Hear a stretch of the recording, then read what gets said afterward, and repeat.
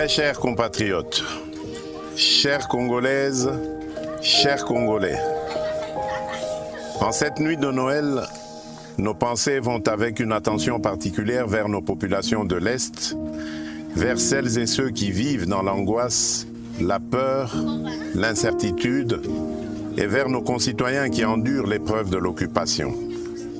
Et surtout vers nos valeureuses FARDC et Wazalendo, tombés pour défendre l'intégrité de notre territoire, à qui je rends hommage. À vous tous, nous voulons dire d'abord ceci: la nation vous porte dans son cœur. Ce soir, en regardant les enfants qui nous entourent, je vois bien plus que des sourires. Je vois l'innocence qui espère, je vois la nation de demain et je vois aussi les blessures d'aujourd'hui. Ils représentent nos 26 provinces et nous rappellent une vérité simple. Nous sommes une seule nation, une seule famille, partageant le même avenir, le même destin sans distinction d'origine, de langue ou de condition. Oui, ces enfants nous inspirent l'essentiel.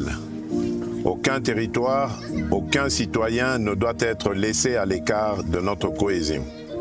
Et c'est pour cela que nous avons choisi ce moment pour rappeler que la République n'est pas seulement une question de géographie, bien plus, c'est le choix de partager une seule et même âme, le Congo.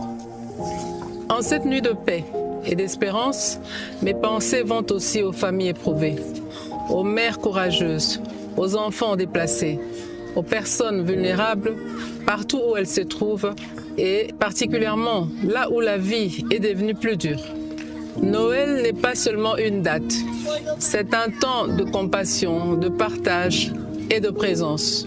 Parfois un geste simple, une attention, un mot, une visite, un repas peuvent réchauffer un cœur et redonner de la force. Mes très chers compatriotes, l'année a été difficile, c'est vrai, mais nous avons tenu bon. Le Congo est resté debout. Noël est une fête de valeurs. La famille, la paix, l'amour du prochain, la dignité humaine, l'espérance.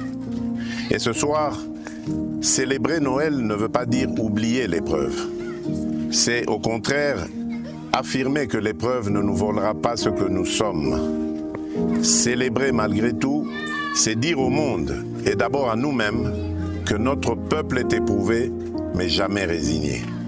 Alors ce soir, gardons la foi, l'amour et cette lumière intérieure qui nous permet de tenir et d'aider les autres à faire de même.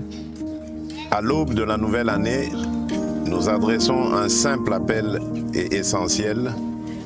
Restons unis, restons solidaires, restons attentifs et sensibles aux plus fragiles.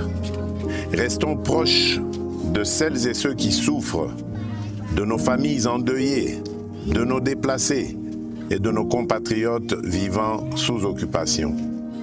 Notre unité nationale demeure notre plus grande force.